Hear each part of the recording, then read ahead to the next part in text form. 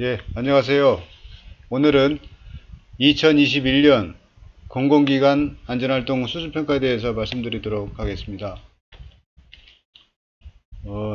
공공기관 안전활동 수준평가는 고용노동부가 주관하고 안전보건공단이 수행합니다.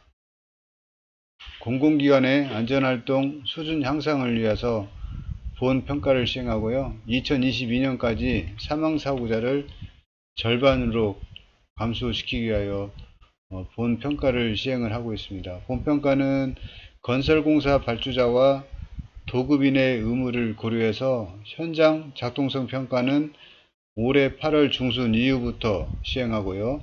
본평가는 내년 1, 2월에 시행할 예정입니다.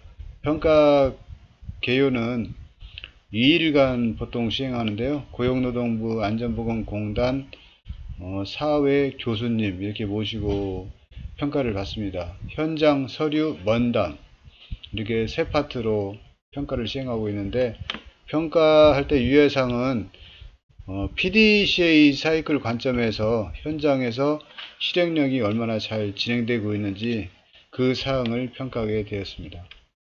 평가 지표는 6월달에 발표된 1차 개정본인데요. A파트는 안전보건 경영체계, B파트는 안전보건 관리, C1 파트는 안전보건 활동의 직영 및 도급사업장, C2는 건설발주사업장, 그리고 D파트는 안전보건 성과, 그래서 1000점 만점으로 평가가 시행되고 향후 정부 경평에도 적극 반영될 예정이라고 합니다. 현장 작동성 평가와 본평가는 B파트는 별도 분리되어서 운영되고 있습니다. 그래서 2번 위험성 평가, 4번 안전보건활동 참여, 7번 도급사업의 안전보건 관리, 8번 수급업체 인프라 지원, 이렇게 네 파트는 현장 본사 같이 평가를 하고요. 나머지는 본사에서 전량 평가할 예정입니다. 직영 도급사업장의 현장 작동성 평가는 C1 파트인데요. 전량 현장 위주로 평가를 하고 있습니다. 그래서 본사나 법 규정 대비 현장에서 얼마나 재예방을 위한 활동이 내실화 있게 되고 있는지를 평가하는 내용 되겠습니다.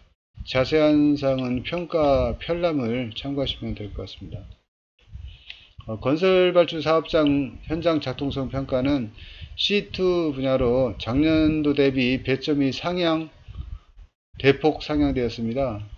그래서 건설발주 현장 같은 경우는 특이사항은 안전보건공단에서 수시로 안전보건 모니터링을 하게 됩니다. 그래서 이 과정에서 시정적 지효구사가 발부가 되면은 그 내용도 본 평가의 점수로 반영이 되도록 이렇게 구성이 되어 있으니까 항상 현장에서 안전관리를 좀 강화했으면 이런 바람입니다.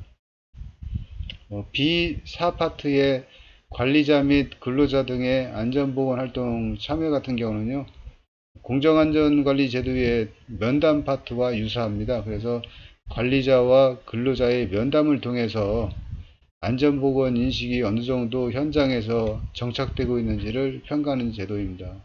이 분야에서는 아차 사고를 위험성 평가에 반영하는지, 아차 사고를 발굴해서 실제 유해 위험 방지를 위해서 개선 활동을 하고 있는지를 전반적으로 PDCA 사이클 관점에서 평가를 하고 있습니다.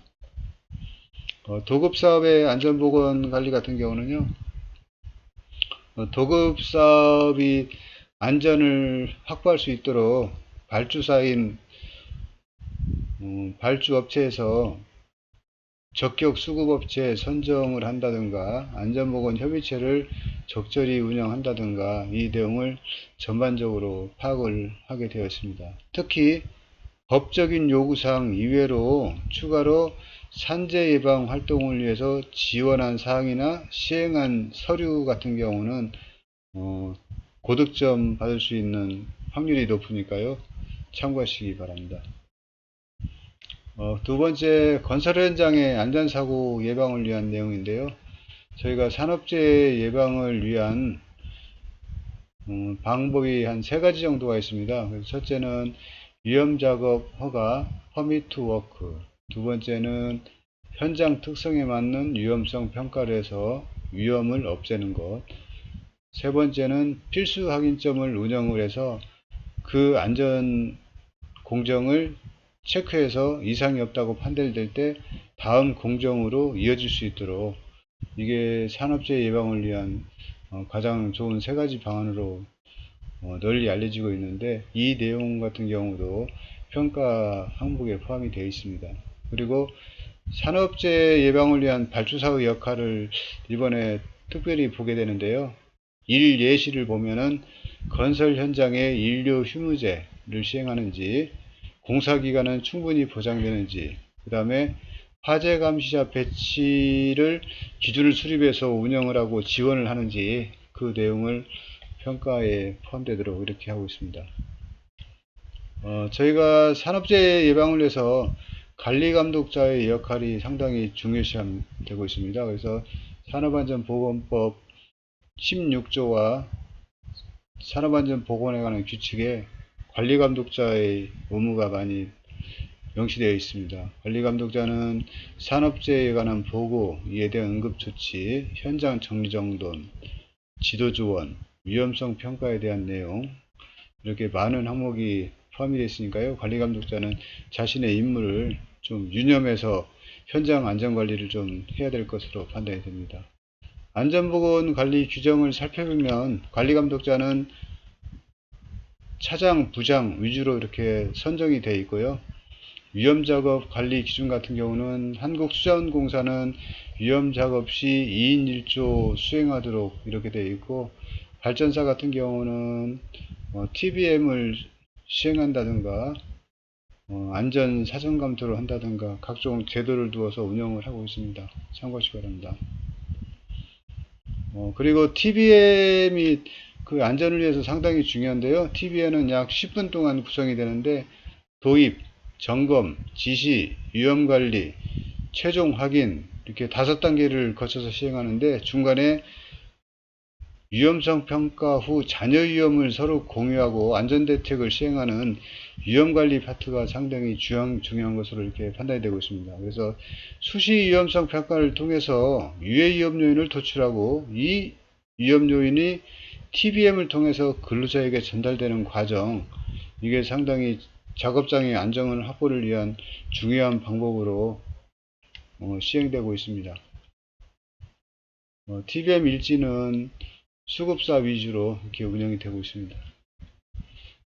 그리고 안전수칙 불행에 대한 안전지적서 발행 사례와 근로자 또는 수급업체 일용근로자의 안전신고에 의한 작업중지 사례, 이 실적이 있는지도 들여다보고 있습니다. 그리고 수급업체에 대한 안전보건조치 의무는 물론이고 교육 등 위생시설 지원을 하는지, 그 내용도 꼼꼼히 들여다볼 예정입니다.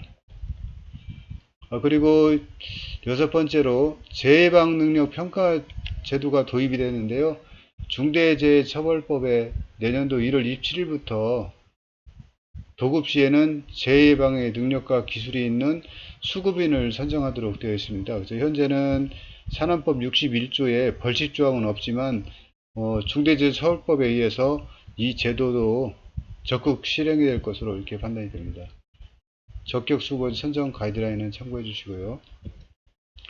위험성 평가 관리 지침은 저희가 매년 정기 위험성 평가, 작업, 설비, 화학물질에 대해서 시행을 하고 있습니다. 그래서 사망사고 발생 기관은 전문기관인 안전보건공단의 안전검토 후 주무기관인 산업부에 제출하도록 되어 있습니다. 그래서 향후는 중대재해처벌법에도 명시되어 있듯이 위험성 평가가 더 이상 과태료가 없는 선언적인 의미가 아니고 안전관리, 재해방을 위해서 상당히 필요한 항목으로 요구되고 있습니다.